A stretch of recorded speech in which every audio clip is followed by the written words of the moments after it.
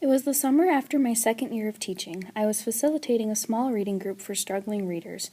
I'll never forget meeting her. She seemed shy yet very sure of herself. She hid behind her bangs that covered her eyes. Her dress was simple, khaki-colored cargo pants, t-shirt, and sneakers. Shoulder-strap book bag dangling by her side. When it came time for introductions, she finally spoke. She spoke plenty loud enough and presented a friendly smile. But what made her stand out in that moment, what made her peers look uncomfortable, was her stutter. I enjoyed my 2 weeks spent with her. Finding out I had her older brother my first year gave us an instant connection. She took the time to stay and chat with me after class each day, knowing it meant she'd be late for recess. She talked openly with me and always had a story to share.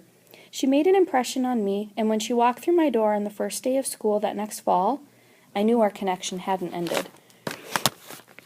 Throughout that school year, I learned much more about her. I learned that she came from a low-income family that was really struggling to make ends meet.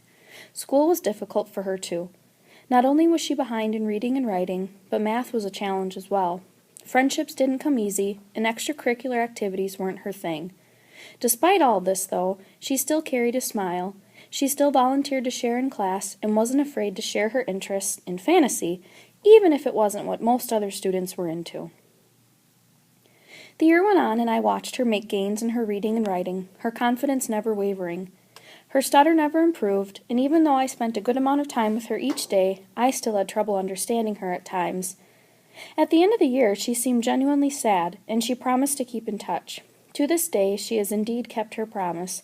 I receive weekly emails from her and know that the connection she and I formed made a lasting impression on her. This positive connection is just one of the reasons why I believe that one of my greatest responsibilities as a teacher of young people is to spread kindness and let each one of my students know that I genuinely care. Many of my students are facing the unimaginable at home. Their stories are heartbreaking. For some of my students, I might be one of few, or possibly the only adult to show them that I am there for them. Because of this, when my students are in my classroom, I want them to feel safe, and to feel good knowing the adult in the front of the room has their best interests at heart. While I may not form as deep a connection with all my students as I did with the girl I met in summer school, I can still take the time to get to know my students, to let them see at least a little of who I am outside the classroom, to set high expectations for them, and to never stop encouraging them to meet their goals. Ultimately, I can be kind to them with strong hopes that they will be kind to others. This belief of mine is non-negotiable in my opinion. Fortunately, I was blessed to have had a few teachers in my past who also carried out this same belief, to spread kindness and show that they care. When I most needed that kindness and care, it was given to me, even if my teachers didn't realize it at the time.